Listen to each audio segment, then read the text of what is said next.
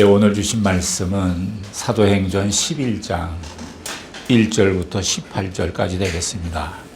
한 절씩 저와 번갈아 낭독하도록 하겠습니다. 제가 먼저 1절을 읽습니다.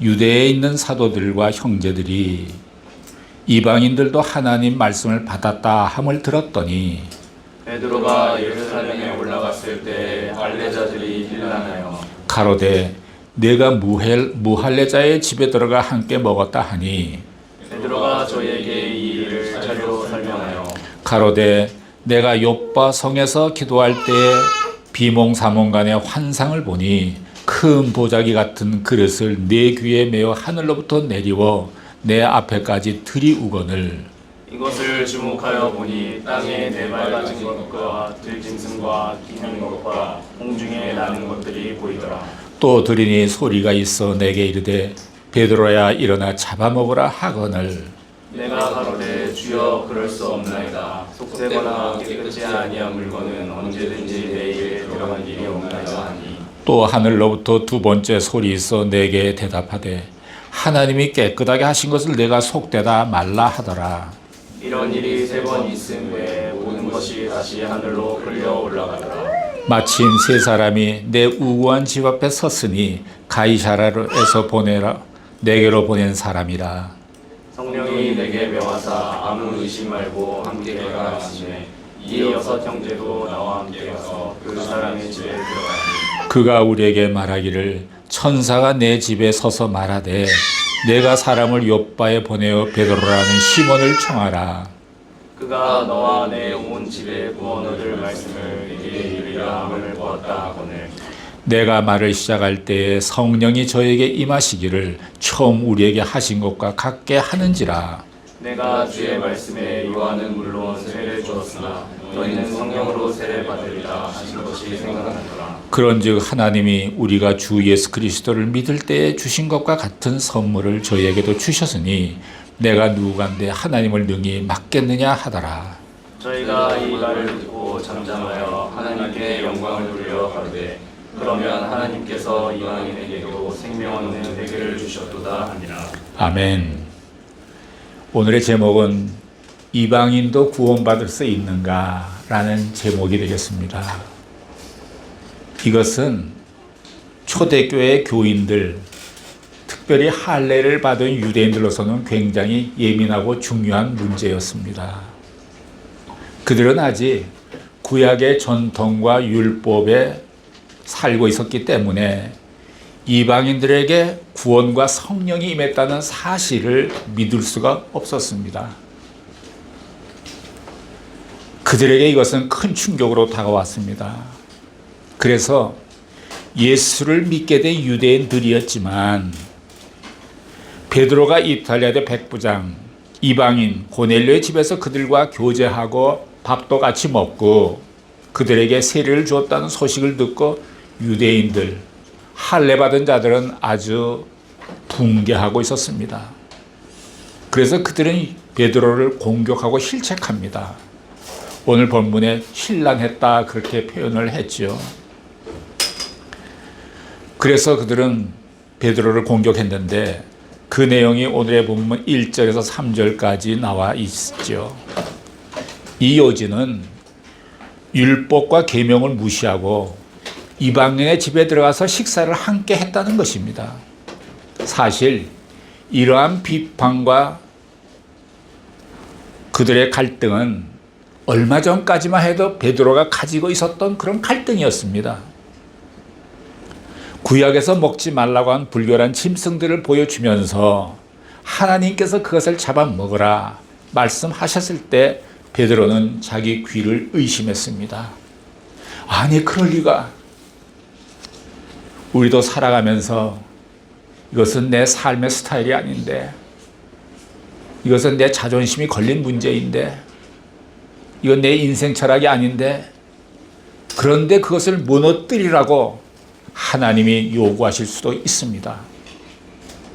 그럴 때 당연히 당황합니다.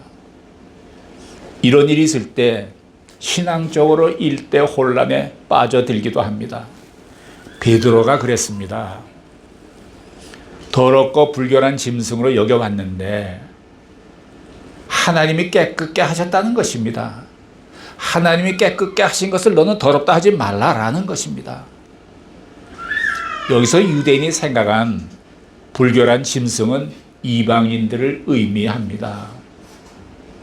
베드로는 성령의 음성을 듣고 고넬료를 만나러 그들의 종을 따라갑니다. 그리고 고넬료의 집에서 그의 간증을 듣게 됩니다. 이방인이다 할지라도 하나님을 경외하고 기도하며 의를 행하며 순종하는 사람은 하나님이 기억하시고 받아주신다는 사실을 깨닫고 베드로는 생각이 변하기 시작합니다. 유대인이라는 민족주의 안에 갇혀 있었던 자기의 전통, 자신의 문화 속에 갇혀 있었던 베드로가 드디어 눈을 뜨고 마음의 문을 열고 생각을 바꾸기 시작한 것입니다. 이런 사실을 통해 우리가 배울 수 있는 것은 하나님의 생각과 사람의 생각과는 다를 수도 있다는 것입니다. 이사야서 55장 8절 9절을 보면 자막으로 볼까요? 시작. 여호와의 말씀에 내 생각은 너희 생각과 다르며 내 길은 너희 길과 달라서 하늘이 땅보다 높음같이 내 길은 너희 길보다 높으며 내 생각은 너희 생각보다 높으니라. 우리는 일반적으로 내가 경험한 것이 옳다라고 생각합니다. 자기가 생각한 것이 다 일리가 있다라고 생각합니다. 전통적이며 가장 성경적이라고 생각합니다. 특히 예수를 오래 믿고 성경 공부를 많이 한 사람들 가운데 더욱 그렇습니다. 성경 공부를 하면서 자기의 독단적인 견해를 만듭니다. 그러다가 막상 하나님 앞에 서게 되면 달라진다는 사실을 깨닫습니다. 그래서 우리는 하나님 앞에 나아갈수록 겸손과 온유가 필요합니다. 순종이 필요합니다. 성경을 읽을수록 내가 과거에 가졌던 생각으로부터 탈피해야 할 필요가 있습니다. 성경을 보면 볼수록 놀라운 책입니다. 자신이 틀렸다라고 판단되었을 때는 우리는 서슴지 않고 수정해야 합니다. 쓸데없는 자존심 내세우지 말아야 합니다. 이스라엘을 선택한 하나님의 뜻은 그들만을 구원하기 위함이 아니었습니다. 그러나 구약의 이스라엘 사람들은 자신들만의 하나님이다. 하나님을 독점해버렸습니다. 이러한 일은 교회 안에서도 얼마든지 볼 수가 있습니다. 교회에 처음 나올 때는 겸손하고 온유합니다. 그런데 봉사도 오래 하고 직분도 얻고 교회에서 잔뼈가 굵어지고 나를 위해서 교회가 있는 것처럼 생각합니다. 내가 중요합니다. 나를 중심으로 모든 것이 돌아가야 된다. 이것을 바라는 것입니다. 내 주장이 관철되지 않으면 상처받고 시험에 듭니다. 어느 사이에 하나님이 주인이 아니라 내가 주인이 되어버리고 말았습니다. 모든 논리를 그렇게 바꿔갑니다. 그게 인간입니다. 이것이 바로 이스라엘이었습니다. 하나님께서는 이방인들을 구원하기 위해서 이스라엘 백성을 택했던 것입니다. 그러나 놀랍게도 지금 이방인들이 예수를 믿고 구원받았다는 사실, 성령 받았다는 사실 앞에서 마음의 문을 열 수가 없었습니다. 생각해 보면 이스라엘이 하나님의 선택을 받기 전에는 그들도 이방인들이었습니다. 그들의 조상은 아브라함입니다. 지금부터 약 한 4,000년 전에 아브라함이 하나님으로부터 부름을 받아서 믿음의 조상이요 이스라엘 조상이 되었는데, 아브라함이 부름받기 전에 누구였습니까? 메소포타미아 갈대아 우르에 사는 한 이방인이었습니다. 하나님과 아무 상관이 없는 사람이었습니다. 그런데 하나님이 그를 불러서 때를 닦아주시고 허물을 벗겨주시고 믿음을 주셔서 믿음의 조상으로 만드시고 이스라엘 백성으로 삼으시고 희련을 겪게 하셔서 온전한 하나님의 선민으로 키워주신 것입니다. 그들이 태어날 때부터 선민이 아닙니다. 그는 갈대아 우르에 살았던 한 이방인이었고 우상을 섬기는 사람이었습니다. 심지어 아브라함의 아버지는 우상을 만드는 직업이었습니다. 하나님께서 여러 이방인들 중에서 그를 불러서 뽑아주신 것입니다. 이것이 은혜입니다. 우리가 언제부터 예수를 믿게 되었습니까? 예수를 믿게 된 것이 은혜고 구원받은 것이 은혜가 아닙니까? 그런데 우리는 너무 말이 많고 따지는 것이 많고 자기 권리라고 말하고 너무 많은 것을 주장하지 않습니까? 그게 바로 이스라엘입니다. 이스라엘입니다. 우리가 언제부터 잘 먹고 잘 싸게 됐습니까? 언제부터 그렇게 지식이 많아졌습니까?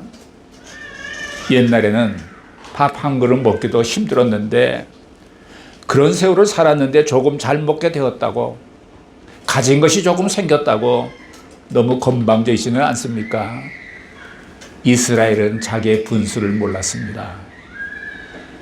그들은 하나님의 은혜를 모르고 나만이 하나님의 백성이요 나만이 선택된 백성이라고 오만과 자만심을 갖게 되었다는 것입니다. 우리는 여기서 하나님의 생각과 우리 생각이 다르구나, 하나님이 원하시는 믿음과 내가 주장하는 믿음이 다르구나 라는 것을 읽을 수 있습니다. 다르다는 것을 깨달았으면 어떻게 해야 될까요? 베드로는 즉시 태도를 바꿨습니다. 우리들도 베드로처럼 따라가야 합니다. 본문 17절에 보면 베드로가 열심히 설교하고 나서 마지막에 이런 말을 합니다. 내가 누구간데 하나님을 능히 맡겠느냐. 여러분, 하나님과 싸우시면 안 됩니다. 어떤 분은 그런 분이 있어요. 하나님이 이기나 내가 이기나 해보자. 이 사람 꼭 코피 터집니다. 순종하셔야 합니다. 저는 가끔 이런 생각을 합니다. 아니 내가 누구간데, 내가 무엇이간데 하나님이 내게 믿음을 주셔서 예수를 믿게 하시고 하늘나라 생명책에 이름을 기록해 주시고 영생을 주셨나? 도대체 내가 무엇이간데? 이런 하나님의 놀라운 은혜를 생각하면서 감사하지 않고는 견딜 수가 없습니다. 하나님께서는 이방인에게도 똑같이 두 가지 선물을 주셨습니다. 하나는 구원의 선물이요, 또 하나는 성령의 선물입니다. 하나님께서는 이스라엘만을 위한 하나님이 아니라 온 열방의 하나님이십니다. 하나님의 생각과 내 생각이 다르다는 것을 알려면 성경을 읽어야 합니다. 읽으면 하나님의 놀라운 말씀들을 가르쳐 주십니다. 성경에는 하나님의 뜻으로 가득 차 있습니다. 하나님의 생각이 가득 차 있습니다. 그러면 내가 가지고 있는 생각이 맞는지 틀리는지를 드러납니다. 따라서 성경을 안 읽으면 자기 생각이 제일 옳다고 주장을 합니다. 그리고 성령을 사모하며 기도하면 하나님의 마음을 알게 됩니다. 즉, 말씀과 기도를 통해서 하나님의 뜻을 분별할 수 있습니다. 교회 가면 늘 그러죠. 여러분, 말씀 안에 거하시고 쉬지 말고 기도하십시오. 이런 말을 우리는 너무나 들어왔기 때문에 이제 식상해버렸어요, 그 말이. 근데 그거 아니고는 살 길이 없기 때문에 또 말할 수밖에 없는 거예요. 4절을 보면 베드로가 저희에게 이 일을 차례로 설명하여, 우리는 베드로가 매우 급한 성격을 갖고 있는 걸로 알고 있습니다. 근데 여기서 뭡니까? 차례로 설명하여 서두르지 않고 차근차근 아주 자세하게 성령께서 역사하셨던 일들을 설명했다라는 것입니다. 상대가 이해할 수 있을 때까지 친절을 베풀어줘야 합니다. 5절 이하의 말씀에 보면 베드로가 본 환상에 대해서 긴 설명이 나옵니다. 이것은 우리가 10장에서 본 것입니다.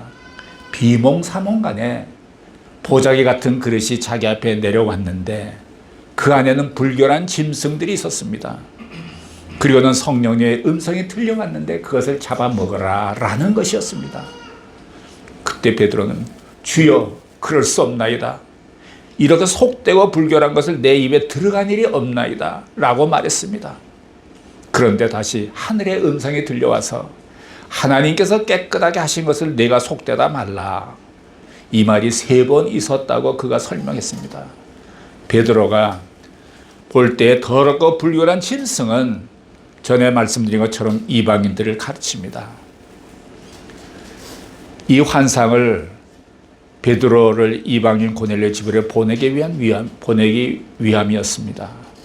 결국 베드로가 가서 기도할 때에 고넬료와 함께한 모든 이방인들에게 성령이 임했습니다. 오순절날 베드로와 120명에게 임했던 그 성령의 역사가 예수를 믿을 수 없고 구원받을 수 없다고 생각한 그 이방인들에게 똑같이 일어난 것입니다. 16절을 보시면 한번 같이 보실까요? 16절 시작.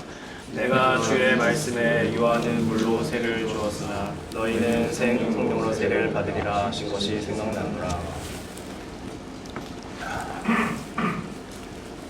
생각이 났다라고 했습니다. 그 성령의 사건을 보고 예수님이 하신 말씀, 즉 성령으로 세례를 받을 것이라고 하신 그 말씀이 생각났다는 것입니다. 여러분께서도 성령 세례를 사모하시기를 바랍니다. 우리는 하나님께 빨려 들어가야 됩니다. 그렇지 않으면 세상 것에 빨려 들어가게 됩니다. 세상을 바라보면 다 짐승같이 삽니다. 다들 못할 짓을 하며 삽니다. 그러면서도 자기는 정상인 줄 압니다. 사람이 자기 자신을 정직하게 본다는 것이 결코 쉽지가 않습니다. 하나님께서는 유대인들에게 주셨던 선물인 성령 세례를 이방인에게도 주셨습니다. 사도행전 1장 8절에 보면 오직 성령이 너에게 임하시면 너희가 권능을 받고 예루살렘과 온 유대와 사마리아 땅끝까지 이르러 내 증인이 되리라 하시니라. 예수님이 말씀하신 이 성령의 역사는 온 열방과 땅끝까지 있는 모든 이방인들에게까지 미치게 된 것입니다. 한국 땅, 일본 땅에까지 오게 된 것입니다. 예수님하고 한국하고 예수님하고 일본하고 무슨 상관이 있습니까? 2000여 년 전에 우리 조상들이 이스라엘에 가서 예수를 만나본 일이 있습니까? 전도받고 성령 받은 일이 있습니까? 그렇게 해서 우리가 예수를 믿게 된 것이 아니에요. 땅끝까지 이르는 성령의 역사로 말미암아 우리에게 복음이 들어와서 우리가 예수를 믿게 된 것입니다. 그리고 성령이 우리에게도 임하게 된 것입니다. 우리나라에는 예수를 믿는 장관이나 국회의원이나 많습니다. 심지어는 장로가 대통령이 되기도 했습니다. 여러분, 지금 일본의 이시바 총리는 예수 믿는 4대째 가문입니다. 일본에 예수를 믿는 연예인도 많이 있다고 들었어요. 이게 뭐예요? 이게 다 성령의 역사예요. 자, 우리 마지막 18절 한번 보실까요? 18절 시작. 저희가 이 말을 듣고 잠잠하여 하나님께 영광을 돌려 가로되 그러면 하나님께서 이방인에게도 생명 얻는 대결을 주셨도다 하니라. 하나님께서 이방인에게도 성령을 선물로 주셨다는 말을 듣고서야 아까 베드로를 힐난하고 비판했던 그들이 잠잠해졌습니다. 그리고 그들은 하나님께 영광을 돌렸습니다. 우리는 하나님의 부름을 받은 백성입니다. 우리도 하나님께 영광을 돌려야 합니다. 그들의 마지막 간증은 하나님께서 이방인들에게 생명을 얻게 하는 회개를 주셨다라는 것입니다. 오늘 메시지의 요점은 하나님께서 이방인들도 구원하셨다는 것입니다. 예수님이 이 땅에 복음을 주신 후 2000년이 지난 지금 우리는 사도행전의 정반대 상황에 직면해 있는 듯 합니다. 이제는 이방인이 유대인을 전도해야 하는 상황이 된 거예요. 초대교회 입장에서 보면 상상할 수도 없는 일이 생긴 것입니다. 지금은 거꾸로 현대 유대인들은 그 당시에 이방인처럼 느껴지는 거예요. 지금의 유대인들이 왜 예수를 믿지 않는지 신기해요. 이제는 그들이 이방인 같습니다. 초대교회 당시 예수 믿는 유대인들은 이방인에게 복음을 전하기 위해서 순교도 했어요.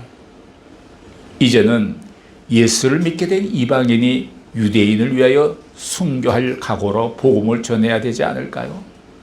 빚을 갚아야죠. 설교를 준비하면서 일본 선교를 위해서 달려가지만 이스라엘을 위해서, 유대인을 위해서 그들이 구원의 대열에 들어오도록 기도해야 되겠다는 생각을 하게 됐어요. 그것까지 가지는 못하더라도 빚진 마음으로 그들을 위해서 기도해야 되겠다는 다짐을 하게 됐습니다. 일본 선교와 이스라엘 선교를 위해 우리 모두가 기도할 수 있기를 바랍니다.